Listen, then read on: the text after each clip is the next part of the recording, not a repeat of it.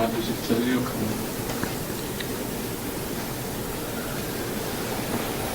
اللہ الرحمن الرحیم الحمد للہ رب العالمین والصلاة والسلام علی اشرف الانبیاء والمرسلین نبینا محمد وعلی آلہ واصحابہ اجمعین ومن تبعهم بإحسان الى یوم الدین اما بعد۔ محترم ساتھیو، پچھلے ہفتوں میں ہم نے گفتگو کیا تھا رضیت باللہ ربا وبالاسلام دینا وبمحمد صلی اللہ علیہ وسلم نبیا ورسولا کے تحت، جس میں ہماری بات کہ کیوں ہم اللہ تبارک و تعالی کے رب ہونے پر راضی ہوں، اور کیوں ہم اسلام کو اپنا دین اور اپنے مذہب کے طور پر مان کر اس پر خوش رہیں، اس بارے میں ہماری گفتگو ہوئی تھی۔ اب اس کا تیسرا حصہ ہے کہ محمد صلی اللہ علیہ وسلم کو ہم اپنا رسول اور اپنا نبی مان کر نہ صرف یہ کہ ہم کو خوش ہونا ہے، راضی رہنا ہے، بلکہ اللہ کے رسول صلی اللہ علیہ وسلم کی شخصیت کے بارے میں ہمارا یہ ایمان اور یہ یقین ہونا چاہیے کہ اس جیسی شخصیت اس سے پہلے آپ صلی اللہ علیہ وسلم سے پہلے نہ کبھی اس دنیا میں آئی، نہ آپ صلی اللہ علیہ وسلم کے بعد کوئی انسان آپ صلی اللہ علیہ وسلم کی طرح ہوگا۔ ایک کامل اور مکمل شخصیت ہر اعتبار سے، علیہ السلام، جس شخص کے بارے میں اللہ تبارک و تعالی نے تو بہت ساری سرٹیفکیٹس دیا، شاید میں اور آپ یہ کہیں کہ اللہ تبارک و تعالی کا اپنے رسول کے بارے میں یہ کہنا بجا ہے، لیکن محمد صلی اللہ علیہ وسلم کے بارے میں دشمنوں نے جو گواہیاں دی، یہ خود اس بات کی دلیل ہے کہ محمد صلی اللہ علیہ وسلم ایک اعلیٰ درجے کے بہترین اسوہ اور نمونہ ہے۔ آپ ذرا غور کر کے دیکھیں، وہ مشرکین مکہ جنہوں نے محمد صلی اللہ علیہ وسلم کو نبی اور رسول کی حیثیت سے جھٹلایا، یہ وہی لوگ تھے جو آپ صلی اللہ علیہ وسلم کو نبی اور رسول بننے سے پہلے صادق اور امین کے نام سے پکارا کرتے تھے۔ یہ دو ایسی صفتیں ہیں کہ ان دو صفات کا حامل انسان، اس کے اندر کوئی کھوٹ اور کسی قسم کی کوئی آپ کمی نہیں پائیں گے۔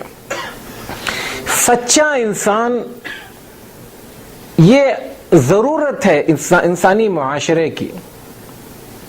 جو انسان جھوٹ بولتا ہو وہ ہر معاملے میں جھوٹ بول سکتا ہے، اور جو انسان جھوٹ بول رہا ہو اس کے کسی بھی بات کا کوئی بھی اعتبار نہیں کیا جا سکتا،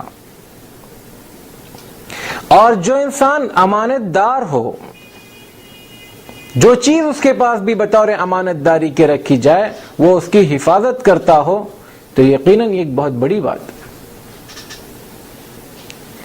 یقیناً وہ انسان نہ صرف ایک عام معاملات میں، دین کے معاملات میں بدرج اولا وہ امانت داری سے کام لے گا، دین کے معاملے میں وہ بدرج اولا سچا ہوگا۔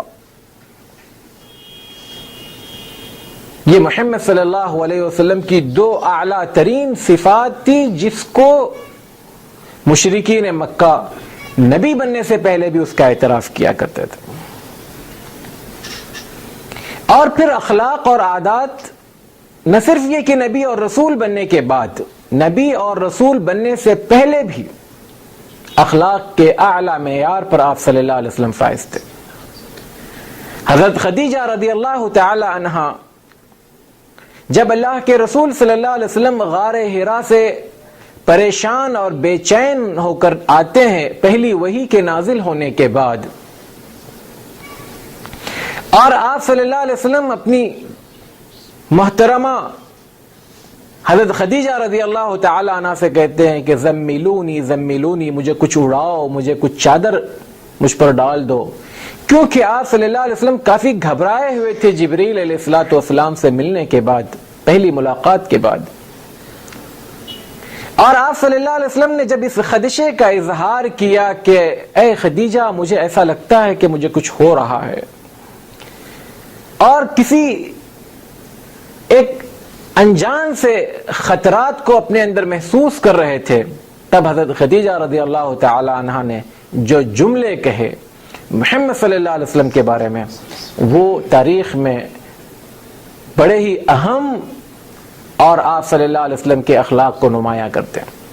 کیا کہا تھا حضرت خدیجہ رضی اللہ تعالی عنہا نے کہ اے محمد صلی اللہ علیہ وسلم، تمہیں ڈر کس بات کا؟ تم غریبوں کی مدد کرتے ہو، بیواؤں کے پرسان حال ہو، یتیموں کے تم سہارا ہو، مجبور اور بے کس انسانوں کے لیے تم ہاتھ ان کا بٹھاتے ہو، اور تم مسافروں کا ساتھ دیتے ہو، مسکین اور فقیر انسان کے ساتھ تم اپنا وقت گزارتے ہو، اور جس انسان کے اندر یہ خوبیاں ہیں اس کو پریشان ہونے کی کیا ضرورت؟ تو یہ محمد صلی اللہ علیہ وسلم کے اخلاق اور عادات. اور پھر اسلام سے پہلے ہی جب کعبۃ اللہ کی تعمیر نو ہوئی اور مسئلہ آیا حجر اسود کو رکھنے کا، تب سارے لوگ جھگڑ رہے تھے، سارے قبیلے کے لوگ جھگڑ رہے تھے کہ ہمارا حکم کون ہو، فیصلہ کون کرے. تو لوگوں نے کہا اب معاملے کو چھوڑ دیتے ہیں، کل صبح سب سے پہلے مسجد حرام میں جو انسان داخل ہوگا وہ ہمارا حکم ہوگا، اور دوسرے دن سب سے پہلے مسجد حرام میں داخل ہونے والا انسان محمد صلی اللہ علیہ وسلم. آپ صلی اللہ علیہ وسلم کو دیکھ کر لوگوں نے کیا کہا؟ لوگوں نے یہ نہیں کہا ارے یہ تو 22-25 سال کا لڑکا، یہ کیا فیصلہ کرے گا، ہمارے اندر اتنے بڑے بڑے لیڈران موجود ہیں، اتنے بڑے بڑے قائد موجود ہیں. نہیں، نہ یہ کہا کہ یہ تو یتیم ہے، اس کی کیا حیثیت، بلکہ آپ صلی اللہ علیہ وسلم کو حکم کے طور پر سب کے سب بغیر کسی اختلاف کے بے اتفاق آراء قبول کرتے ہیں، اور محمد صلی اللہ علیہ وسلم جو ہے ان کے درمیان میں فیصلہ کرتے ہیں. یہ اسلام سے پہلے کی بات ہے. اب اسلام کے بعد محمد صلی اللہ علیہ وسلم کا کردار اور نکھرتا ہے. اللہ تبارک و تعالی آپ صلی اللہ علیہ وسلم کی خصوصی تربیت کرتا ہے. خود اللہ کے رسول صلی اللہ علیہ وسلم فرماتے ہیں ادبنی ربی فاحسن تأدیبی، میرے رب نے مجھے ادب سکھایا اور میرے رب نے بہترین ادب مجھے سکھایا. حضرت حلیمہ سعدیہ نے محمد صلی اللہ علیہ وسلم کے بارے میں بہت ساری خوبیاں ان کے بچپن میں دیکھی تھی. تو یہ انسان کامل ترین انسان ہے، اور اللہ تبارک و تعالی نے ایسے انسان کو جب ساری کائنات کے لیے اسوہ اور نمونہ بنایا تو اس کو پہلے دن سے اس کی ویسی تربیت اور اس کی ویسی نشو و نما کی. تو ایسے انسان کو اپنا قائد، اپنا امام، اپنا رہنما اور اپنا رہبر ہمیں ماننے میں خوشی کیوں نہ ہوگی.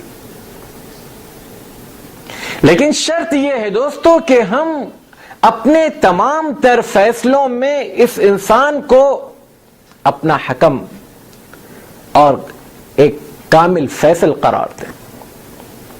لیکن بدقسمتی یہ کہ ہم مسلمان اب بڑھ گئے.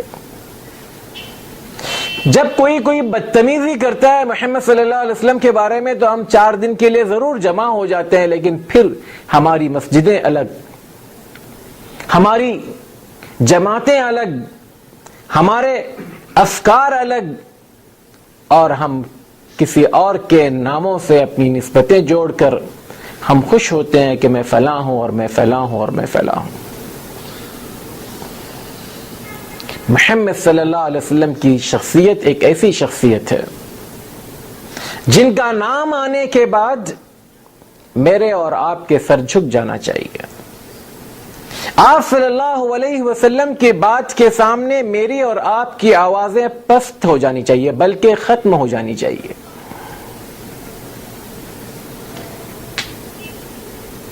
آج ہم اللہ کے رسول صلی اللہ علیہ وسلم کے فرامین کے سامنے کٹ حجتیاں کرتے ہیں، بحث اور مباحثے کرتے ہیں. ہم محمد صلی اللہ علیہ وسلم کے فرمان کے آ جانے کے بعد اس حدیث میں عیوب یا اس کی سند میں سے کچھ خلل اور خامی نکالنے کی کوشش کرتے ہیں. اللہ تبارک و تعالی نے جس طرح سے اللہ تبارک و تعالی نے اپنے قرآن مجید کی حفاظت کیا ہے،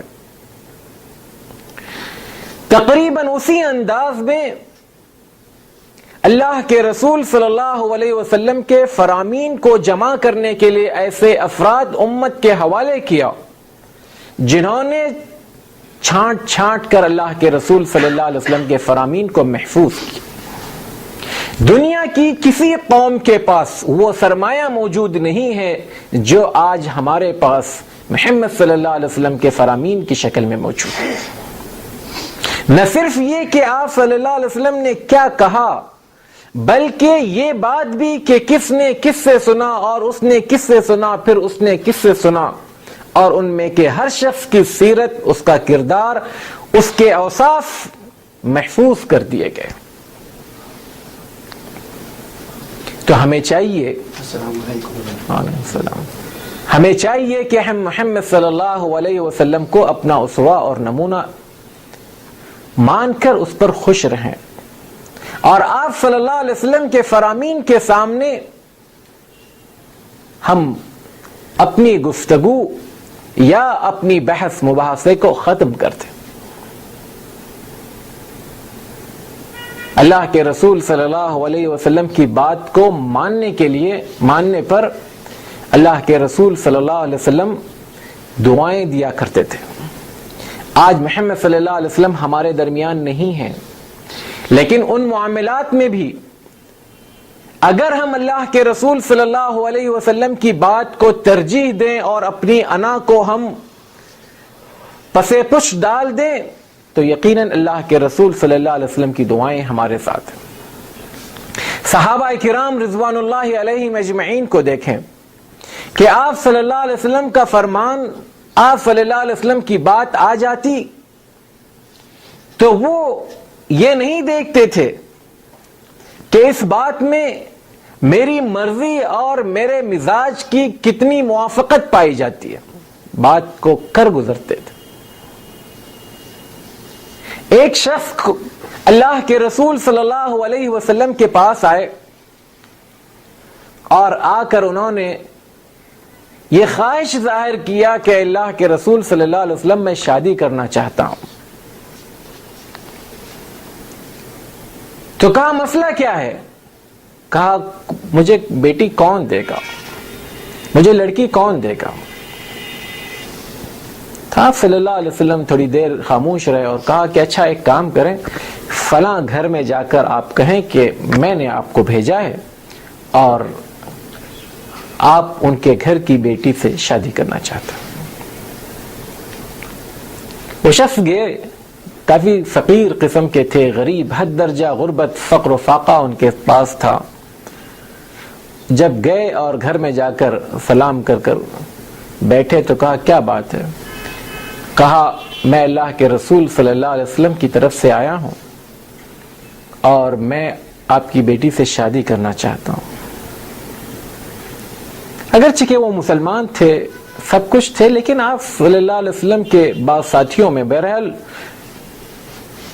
یقیناً وہ انسانی طبیعت اور مزاج باقی تھا جو عام طور پر ہوتا ہے، یا وقتی طور پر تھوڑی سی غفلت یا بے خیالی رہتی ہے. جب انہیں یاد دلایا جاتا ہے، جب انہیں چوکنا کیا جاتا ہے تو پھر جاگ جاتے ہیں.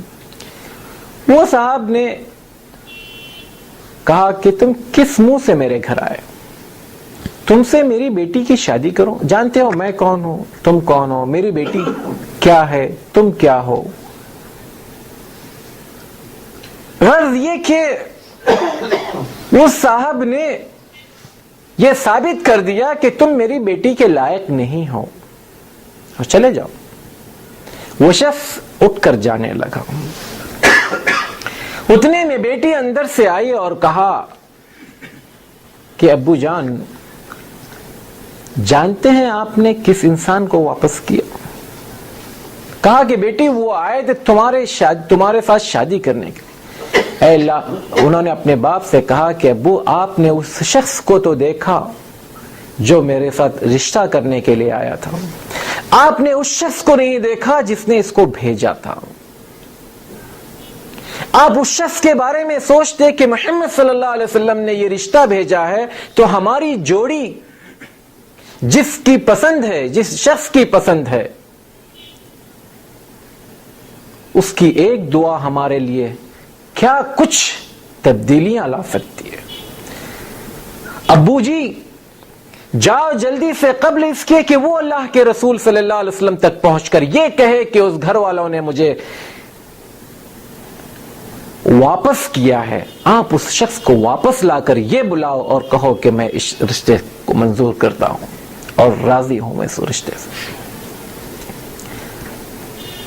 باپ کی آنکھیں کھلی، باپ بھاگے بھاگے گئے اور اس شخص کو راستے سے بلائے، کہا کہ ادھر آؤ، کچھ بات کرنا ہے آپ سے. گھر پر آئے، کہا کہ یہ رشتہ مجھے منظور ہے. وہ شخص پریشان، ابھی ایک انسان کچھ اور کر رہا تھا، اچانک زبان بدل جاتی ہے، انداز بدل جاتا ہے، لب و لہجہ بدل جاتا ہے. تو کہا کہ نہیں، میری بیٹی آپ کے ساتھ شادی کرنے کے لیے تیار ہے، اور جاؤ اللہ کے رسول صلی اللہ علیہ وسلم سے کہو کہ گھر والوں نے رشتہ منظور کر دیا. وہ شخص اللہ کے رسول صلی اللہ علیہ وسلم کے پاس جا کر پورا واقعہ سنا دیتا ہے. پورا واقعہ سنا دینے کے بعد اللہ کے رسول صلی اللہ علیہ وسلم کے دل میں اس بیٹی کے لیے، اس لڑکی کے لیے دل سے دعا نکلتی ہے، اللہم صب علی الدنیا صبا ولا تجعل الحیات کدا. اے اللہ، اللہم صب علیہم الخیر صبا، اے اللہ ان کی زندگیوں میں خیر کو انڈیل دے. انڈیلنا ایک ہوتا ہے دینا، ایک ہوتا ہے انڈیلنا. اور خیر عربی میں کئی معنوں میں استعمال ہوتا ہے، جس میں ایک معنی مال کا بھی ہے. اور ان کی زندگیوں میں کبھی کوئی تنگی نہ لا. یہ دوسرا جملہ دیکھیں، اللہ کے رسول صلی اللہ علیہ وسلم نے جس اخلاص کے ساتھ، جس دل کی گہرائیوں کے ساتھ یہ دعا کیا ہوگا، اس کا اندازہ اس بات سے کیجئے.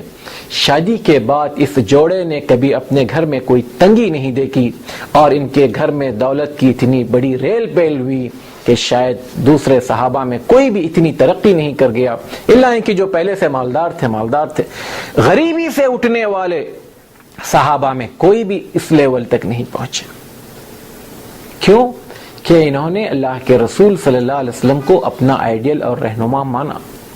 آپ صلی اللہ علیہ وسلم کی رہنمائی کو، چاہے وہ دین سے متعلق نہ ہو، یہ دینی مسئلہ نہیں تھا، یہ کوئی ایسا مسئلہ نہیں تھا کہ آسمان سے وہی آئی ہوئی ہے جس کے ماننے اور نہ ماننے میں آپ کا اختیار ہٹ جاتا ہے، ختم ہو جاتا ہے. نہیں، یہاں اختیار تھا، لیکن اس کے باوجود اس لڑکی کی سوچ یہ تھی کہ میں اس کو مان لوں کیونکہ یہ محمد صلی اللہ علیہ وسلم کی پسند ہے. صحابہ کرام رضوان اللہ علیہم اجمعین میں کئی صحابہ ایسے تھے جنہوں نے آپ صلی اللہ علیہ وسلم کی پسند کے سامنے اپنی عقل، اپنی پسند، اپنے مزاج کو ٹھکرا دیا، ختم کر دیا. آج ہمیں بھی ضرورت اسی بات کی ہے دوستو کہ ہم محمد صلی اللہ علیہ وسلم کے بارے میں یہ ذہن اپنا بنا لیں کہ محمد صلی اللہ علیہ وسلم جیسا رہنما ہماری زندگی میں کوئی نہیں آ سکتا. اور اللہ تبارک و تعالی نے جس انسان کو ہماری رہنمائی کے لیے نبی اور رسول بنا کر بھیجا، اس سے اچھا انسان کوئی نہیں ہے، حتیٰ کہ فرشتوں سے بھی افضل ترین انسان ہے. اللہ تبارک و تعالی کی مخلوق میں سب سے افضل ترین انسان میرے اور آپ کا رسول. تو ہماری زندگیوں میں ہم نہ جانے کن کن کو اپنا بڑا بنا بیٹھے ہیں اور کن کن کو ہم نے وہ اختیارات دے رکھے ہیں جو اختیارات خود اللہ تبارک و تعالیٰ نے محمد صلی اللہ علیہ وسلم کو بھی نہیں دیا تھا. دین سازی، شریعت سازی ہم لوگ پچھلے دروس میں بھی سن چکے ہیں کہ محمد صلی اللہ علیہ وسلم کا کام یہ نہیں تھا کہ وہ دین بنائیں، دین کو ترتیب دے. محمد صلی اللہ علیہ وسلم کا کام تھا صرف دین کو پہنچانا، صرف دین کو پہنچانا. ہم نے دین سازی اور شریعت سازی کے اختیارات لوگوں کو دے دیا. کتنوں نے حرام کو حلال اور حلال کو حرام قرار دیا، نت نئے ناموں سے، نئے نئے ناموں سے. اور ہم خوش ہیں کہ ہمارے لیے کچھ سہولیات بنائی گئی، ہمارے لیے حیلے بہانے بنائے گئے، ہمیں بہت سارے مجبوریوں سے نکالا گیا، جبکہ وہ عین شریعت کے خلاف تھے. تو اللہ کے رسول صلی اللہ علیہ وسلم کے بارے میں جب ہم یہ کہتے ہیں کہ وہ ہمارے نبی اور رسول ہیں تو ہمیں اس بات کا یقین کر لینا چاہیے کہ میری اور آپ کی نجات محمد صلی اللہ علیہ وسلم کو ماننے میں.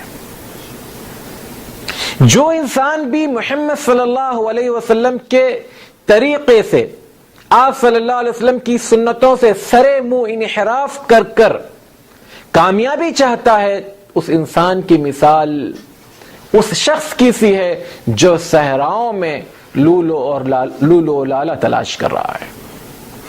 لولو اور لالا تلاش کرنے کے لیے، ہیرے جواہرات تلاش کرنے کے لیے سمندروں میں جانا پڑتا ہے، صحراؤں میں نہیں. اور کسی نے بہترین بات کہی کہ مثل السنتی کمثل سفینۃ نوح من رکبها فقد نجا ومن لم يركبها فقد غرق وخسر.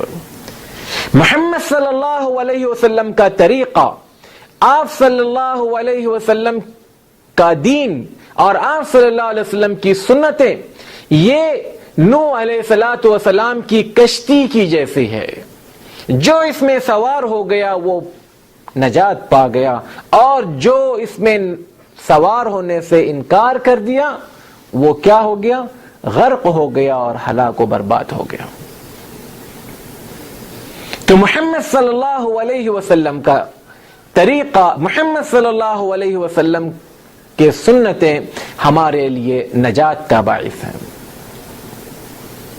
دنیا کی کامیابی بھی اسی سے وابستہ ہے اور آخرت کی کامیابی تو ہے ہی ہے.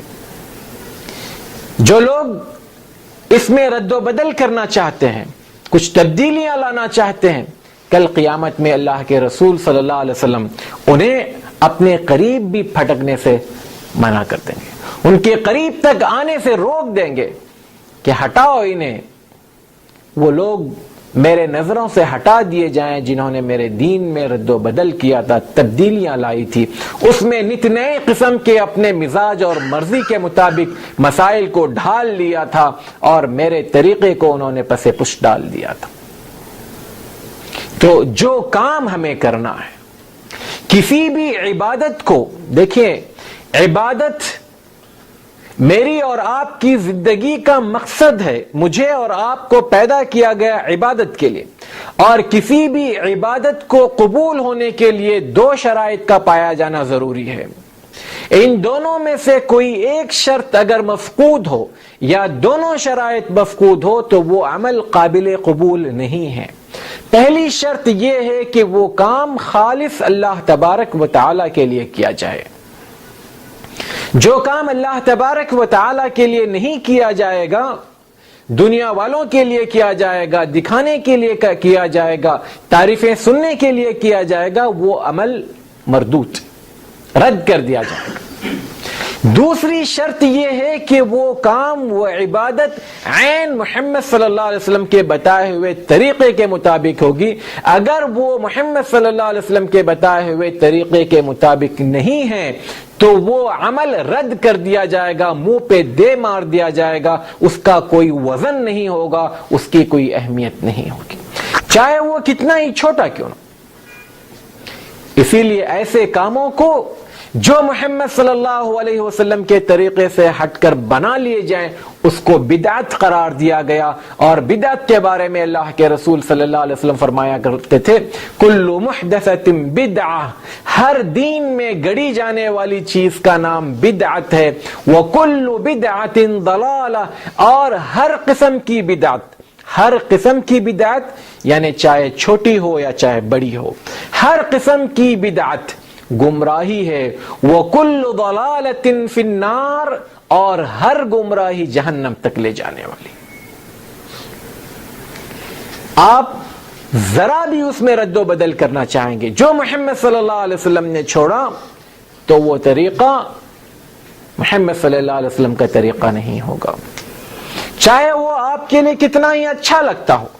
آپ کے اچھا لگنے اور نہ لگنے کا نام دین نہیں ہے، دین نام ہے اس بات کا کہ جہاں محمد صلی اللہ علیہ وسلم نے چھوڑ دیا ہے اتنا ہی کریں۔ میں ایک مثال دے کر اپنی بات کو ختم کرتا ہوں۔ لا الہ الا اللہ محمد الرسول اللہ، کیسا ہے یہ جملہ؟ اس جملے کے بارے میں کسی کو کوئی شک اور شبہ ہو سکتا ہے؟ یہ تو ہمارے دین کا بنیادی رکن ہے، کلمہ طیبہ ہے، لا الہ الا اللہ محمد الرسول اللہ۔ اگر کوئی انسان یہ کہے کہ نہیں محمد الرسول اللہ نہیں کہتا ہوں، صرف لا الہ الا اللہ کہتا ہوں، تو آپ کیا کہیں گے؟ کہ کلمہ ناقص ہے، ادھورا ہے۔ کیوں؟ کیونکہ وہ کلمہ دو ٹکڑوں سے مل کر ایک ٹکڑا بنتا ہے، کلمہ طیبہ۔ لیکن اگر کسی جگہ محمد صلی اللہ علیہ وسلم نے صرف لا الہ الا اللہ کہہ کر بات ختم کر دیا ہو تو آپ کیا کریں گے؟ مانیں گے یا نہیں مانیں گے؟ مانیں گے۔ اگر محمد صلی اللہ علیہ وسلم نے کسی جگہ پر صرف لا الہ الا اللہ کہہ کر بات کو ختم کر دیا تو میں اور آپ مانیں گے، میں اور آپ وہاں پر یہ نہیں کہیں گے کہ نہیں میں محمد رسول اللہ بڑھا دیتا ہوں کیونکہ یہ جملہ اس کے بغیر پورا نہیں ہوتا۔ یہ کوئی فرضی بات نہیں ہے۔ آپ اذان ختم کرتے ہیں، کہاں کس جملے سے ختم کرتے ہیں؟ لا الہ الا اللہ سے۔ ارے بھائی لا الہ الا اللہ سے کیوں ختم کروں میں اذان کو؟ میں محمد صلی اللہ علیہ وسلم کو چاہتا ہوں، لہذا میں محمد صلی اللہ علیہ وسلم کی رسالت کا بھی اعلان کرتا ہوں، لا الہ الا اللہ محمد الرسول اللہ۔ یہ اذان بدعت قرار دی جائے گی۔ اسلام نام ہے دھاگے کا، جتنا ہے اتنا ہی ہوتا ہے، وہ ربر نہیں ہے کہ آپ جہاں چاہیں اس کو کھینچ لیں اور جہاں چاہیں اس کو چھوڑ دیں۔ تو ہم اسلام کو جوں کا توں جیسا ہے ویسا مانیں، اپنی عقل، اپنے مزاج، اپنی طبیعت، اپنی منمانی کو اسلام کا نام نہ دیں، اور محمد صلی اللہ علیہ وسلم کے جو معاملات ہیں، محمد صلی اللہ علیہ وسلم کی جو چیزیں ہم اس میں دخل اندازی نہ کریں، اور محمد صلی اللہ علیہ وسلم کو جیسا ہم رہنما ہمیں ماننے کے لیے کہا گیا ہے اس قسم کا رہنما ہم مانیں، نہ انہیں اس سے اونچا اٹھائیں اور نہ ان کو ان کی شخصیت سے ہم نیچا گرائیں، اور جہاں ان کی حیثیت اللہ تبارک و تعالی نے رکھی ہے ہم اس کو دل کی گہرائیوں سے اسے مانیں۔ اللہ تعالیٰ مجھے اور آپ کو کہنے اور سننے سے زیادہ عمل کی توفیق عطا فرمائے۔ وآخر دعوانا الحمد للہ رب العالمین۔